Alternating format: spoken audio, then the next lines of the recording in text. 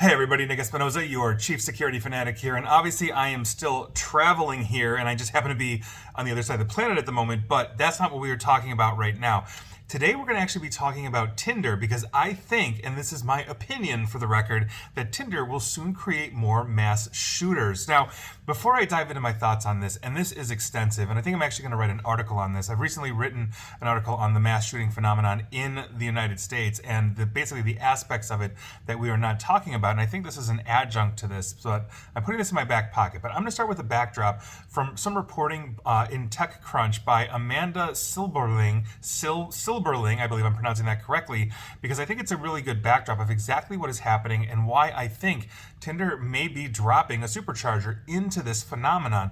Now, the Match Group, which owns basically Tinder and also OkCupid as well, is basically getting serious about artificial intelligence. Match has already begun working on some artificial intelligence tools. Recently, Tinder, one of their big products, obviously, and everybody knows what Tinder is, announced that they would test an AI photo selection feature, which looks at your photo albums and then basically picks the pictures that they think would perform best for you.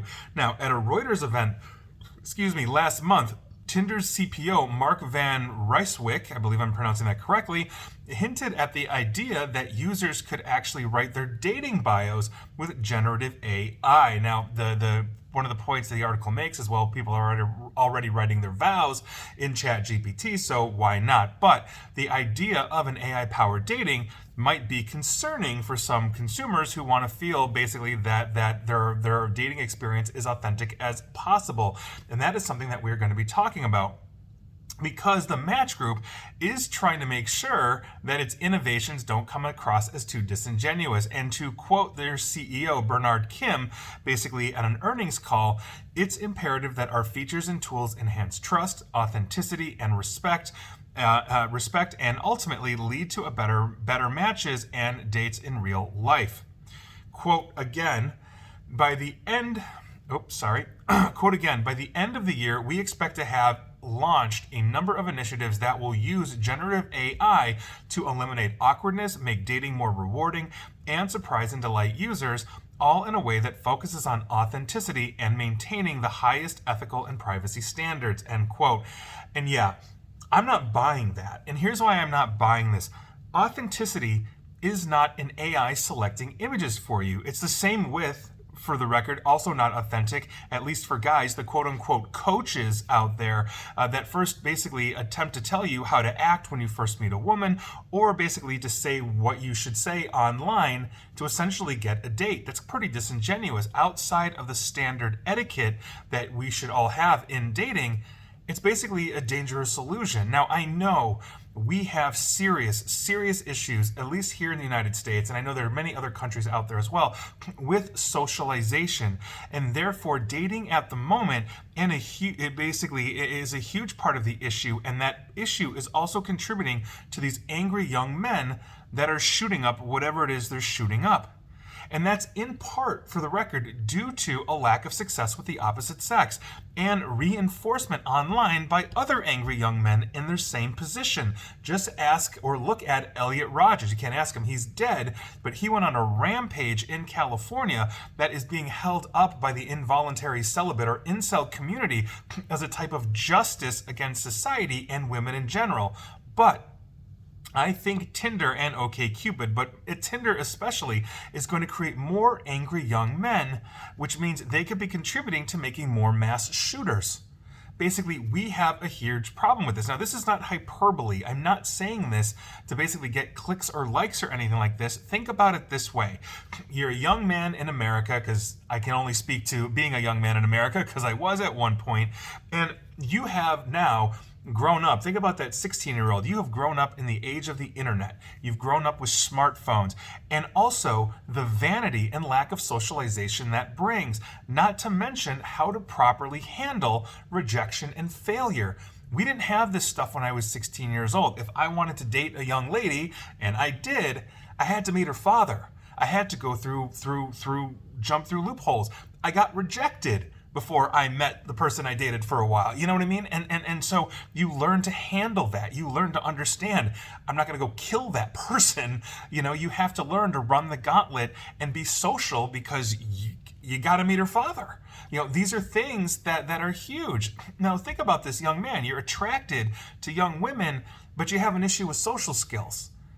Yet you're determined to date and you're determined to find someone. You don't want to be that guy, so you go on Tinder. It's basically known as a hookup app anyway, thinking you're going to have the best success. I mean, think about it. Everybody's hooking up, so why can't I? This should be easy. So Tinder's artificial intelligence introduces itself. It helps you select your best pictures, maybe even enhancing them in some way, assuming they go that far with it. They haven't said they would, but maybe they do in the future. It also helps you write more thoughtful and intelligent messages, and responses to your potential matches, and things end up going well online thanks in no small part to the artificial intelligence. And so you decide to meet for a date. Okay, so you end up on this date, and what is that young woman going to see on that date? The young man that was so well-spoken, thoughtful online, attractive in pictures to boot, a person that was crafted by an artificial intelligence, or is she going to see something else? Now look at this from the young man's perspective. He's having great success meeting and talking with women on Tinder, thanks again in no small part to their artificial intelligence.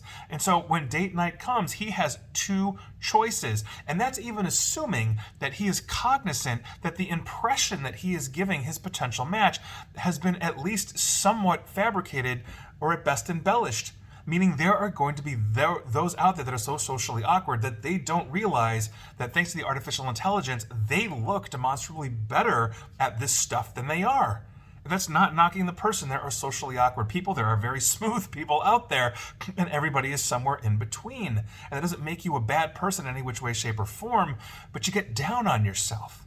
You really get down on yourself. And so the two choices that arise are simply this. The first choice for that young man is to be your normal awkward self. And I think that is the smarter choice in the long run, because you should always be true to yourself. In that scenario, though, the veneer that the AI has built for you is gone. And there is a healthy chance that your potential date is turned off by you. And so the courtship is going to end, let's say, after that date, assuming she doesn't walk out. That does happen, but it's not that frequent. That is going to anger that young man who has no coping skills for rejection and who is then consoled by other rage-filled young men online. Or you have a second choice, and the second choice is he fakes it as best he can. He's trying to keep up that scenario, that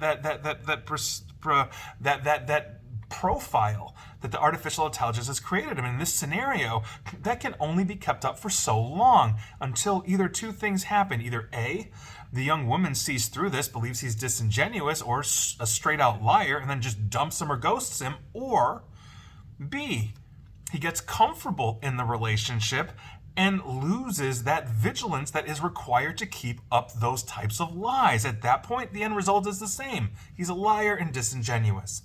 So if we're going to fix societal issues like this, basically, we have to really think about this, because this serious anger issue online that is breeding hatred and rampages is the problem here, and it has to start with truth and honesty.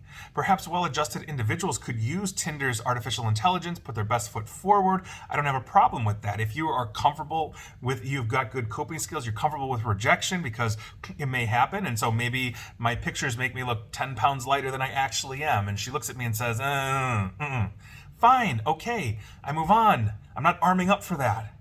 But put AI capability in the hands of a person who is getting closer and closer and closer to the brink, and there are legions of them online. This has the potential to push even further these people, basically, and then when they have well-adjusted dates that see through the facade, these young men feel even more resentment towards these young women, but also the young men who don't have issues in this vein. This is a serious issue. I'm not a fan of this at all. And I know I've gone off basically on a bit of a rant here, but this is a serious problem.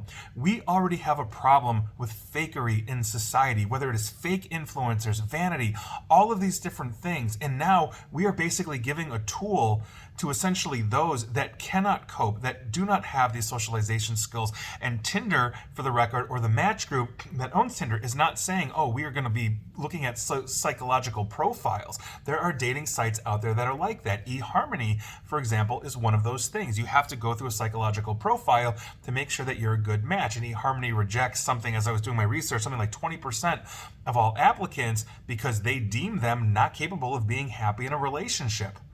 And while that rejection in and of itself is bad, you're at least narrowing down the dating pool to try and weed out those. But there's nothing here. Anybody can join Tinder at any point in their life, whether they have social skills and coping skills or not. And when you are putting people in that position where they have their hopes up and they are determined, but they don't know how to cope, they can't handle rejection, and you are basically creating a facade, a veneer of who they are and putting it out to the world, just ripe for rejection from those in the population, which is most of them, that can see through that kind of bullshit, we have a very serious issue. And so I don't think this is good at all. I'm going to get off my soapbox now, but I think this is a serious problem. And if anybody from that company, from Tinder or Match, is listening to this, I'd love to have an open, honest dialogue with you on my radio show. Let's talk about this. Because I've obviously got strong opinions and I may not agree with you, but I want you to have your side on this because I don't think that per your CEO, there's authenticity here. If anything, it's the opposite. And because it's the opposite, it's going to breed more problems. You are not helping, you are harming. And I think that's a very serious thing that needs discussion openly and honestly and in a respectful way. And please like, share, follow me here on Facebook and Twitter at NickAESP. And please feel free to subscribe to me at YouTube as well, where I'm always trying to be my authentic self. And as always, stay safe, stay online, and please attempt to stay private. And if you are somebody that is trying to date somebody, please don't use artificial intelligence. Be yourself right out of the gate. Write the words you want to write. Put the pictures up you want to put up.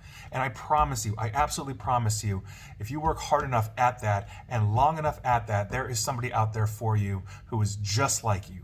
I promise you that is the case. You just got to stick with it and don't get angry. Always be hopeful. Always be yourself and be true to yourself, and you will never fail. And thank you for the Beastie Boys for that. Take care.